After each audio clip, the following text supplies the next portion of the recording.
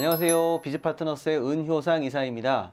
오늘 소개해드릴 내용은요. 법인 전환, 법인 설립, 요즘 많이 문의를 하시는데요. 이 설립할 때 주의할 사항 꼭 기억하시고 나중에 후회하지 않고 또 돈 낭비하지 않으시려면 꼭 알아두셔야 될 그러한 사항들을 말씀드리도록 하겠습니다. 첫 번째 질문인데요. 법인 설립 시에 미리 준비할 사항들이 있을까요? 네, 법인 설립한다는 것, 법인을 전환한다는 것, 뭐 같은 의미일 수 있는데요. 법인을 설립한다는 건 이 새로운 법적 인격체를 만든다라는 뜻이죠. 그럼 그 인격체를 만들기 위해서 준비해야 할 사항들이 여러 가지가 있습니다. 제일 먼저 하셔야 될 것, 먼저 이름을 정하셔야겠죠. 어떤 이름으로 그 관내에서 사용할 수 있는지 없는지를 판단해야 할 겁니다. 만약 동일한 이름으로 동일한 지역에 동일한 업종의 회사가 있다면 그걸 또다시 만든다는 건 쉽지 않겠죠. 그래서 겹치지 않게 이름을 중복되지 않게 사전에 그 이름을 사용할 수 있는지를 미리 확인하는 것이 중요할 겁니다. 그 다음으로 보셔야 될 게 그 회사의 주인이 누가 될 것인가. 그러니까 자본금을 가지고 그 회사의 주주가 될 사람들이 누구인지를 정하셔야겠죠.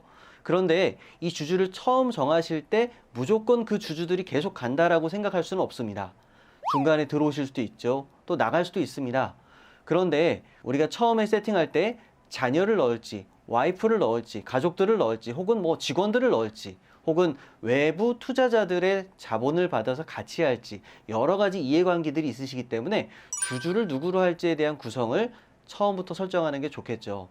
그리고 자본금은 나중에 회사의 규모에 많은 영향을 줍니다. 그래서 처음에 설립하기 쉽게 1,000만 원짜리로 시작하셨다가 나중에 2,000만 원, 3,000만 원, 5,000만 원 올리는 것보다는 처음에 아싸리 그냥 5,000만 원 정도로 해서 시작하신다면 자본을 증자할 때마다 들어가는 비용을 아끼실 수가 있겠죠.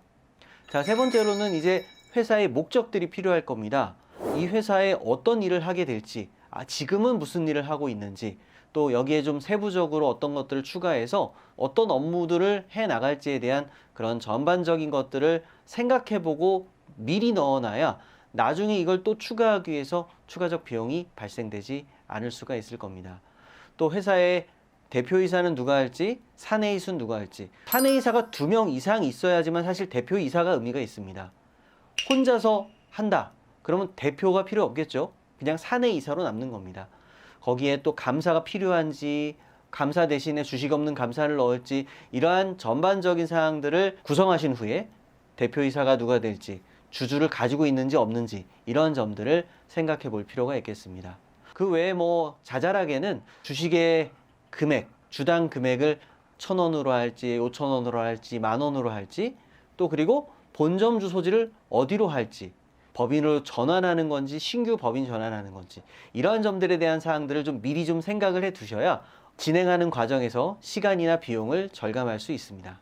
그렇다면 법인 설립 시에 어떤 부분에서 많이들 실수를 하실까요? 네, 방금 말씀드렸던 여러 가지 내용들 중에 내가 처음부터 생각을 해놓고 들어갔으면은 나중에 추가하지 않아도 될 그런 내용들이 있겠죠. 말씀드렸던 것처럼 목적 같은 경우도 내가 부동산업도 할 것이고 나중에 경영 컨설팅도 할 것이고 프랜차이즈도 할 건데 그때 가서 그걸 추가하려고 하다 보면 이사가 3명 이상일 때는 또 이사회도 만들어야 되죠. 또 공증도 받아야 되죠. 추가적인 비용들이 계속 발생할 수가 있습니다. 그래서 내가 어떤 목적으로 할지에 대해서 이왕이면 처음부터 다 넣어놓는 것 좋다는 뜻이고요. 그리고 주주 구성도 나중에 변경되는 것보다는 처음 세팅을 제대로 해놓는 게 좋습니다.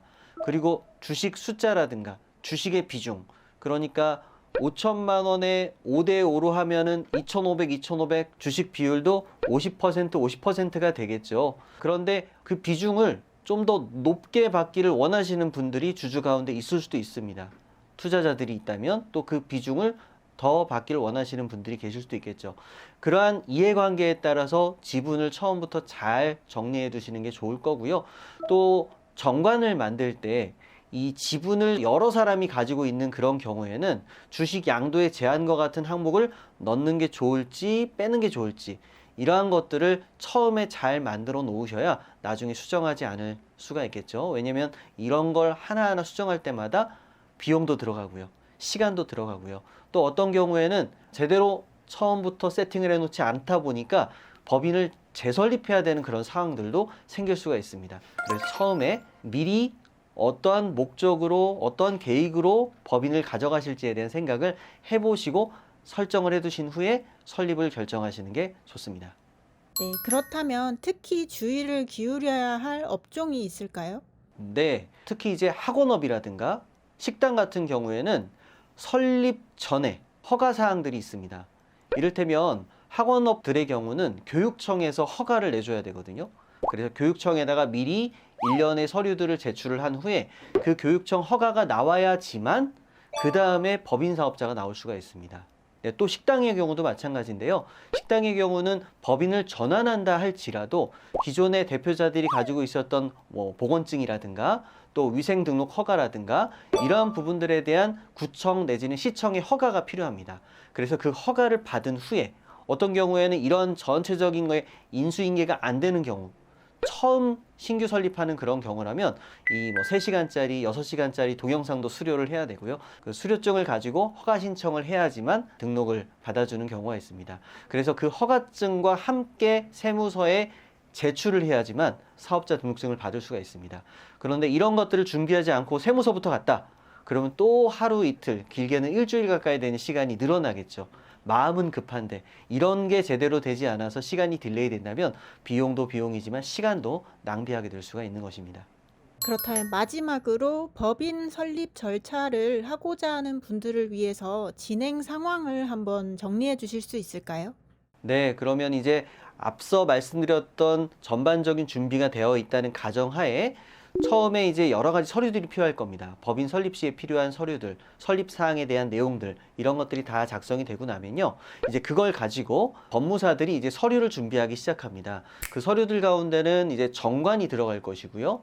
그리고 주주총회 의사록이라든가 이사회가 여럿인 경우에는 이사회 의사록이 필요할 거고요. 주주 명부, 주식 인수증, 이와 같은 세부 사항들에 대한 서류들이 필요합니다. 그래서 이러한 서류들이 다 갖춰지면 이제 주주들이 모여서 도장을 찍어야 되거든요. 인감 도장들을 다 가지고 와서 5명이면 5명 모두의 도장들이 다 들어가야 됩니다.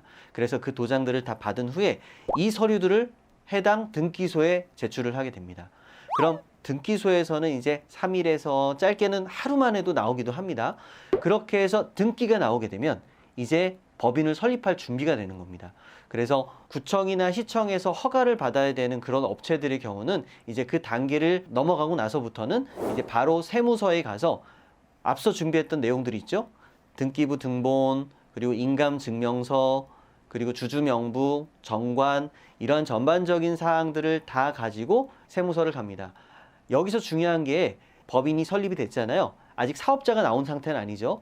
그런데 법적 인격체는 설립된 그 상태에서 임대차 계약서는 다시 받아야 됩니다. 그러니까 사업자 등록을 하기 위해서는 어디다 사업을 할지에 대한 게 중요할 거잖아요. 임대차 계약서가 있어야 되는데 그 임대차 계약서를 법인이 계약해야 되겠죠. 그러니까 법인 설립하고 나서 사업자 내기 그 사이에 기존에 개인으로 가지고 있었던 계약서라고 한다면 법인으로 전환하는 게 필요합니다. 아예 신규다. 그럼 처음부터 법인으로 계약을 한 계약서가 있어야겠죠. 그래서 그 계약서까지 첨부해서 세무서에 가야 세무서에서 사업자를 낼 수가 있습니다.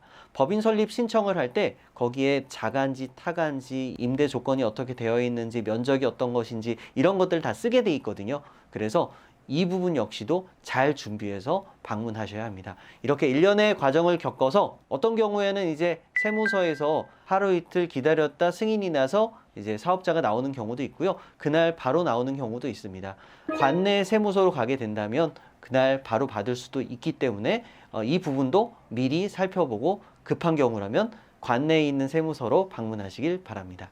네, 이렇게 해서 오늘은 법인 진행 시에, 법인 설립 시에 주의사항들 몇 가지를 살펴보았고 어떻게 하는 것이 시간과 비용을 줄일 수 있는지에 대한 내용을 알려드렸는데요. 큰 변수는 없습니다. 하지만 이러한 것들을 비전문가가 하다 보면 나중에 누락되거나 빠진 것들이 생겨서 이 과정을 반복해야 되는 상황이 생길 수가 있거든요. 그래서 미리 잘 준비하고 그리고 나서 설립을 가시는 게 시간과 비용을 아낄 수 있습니다.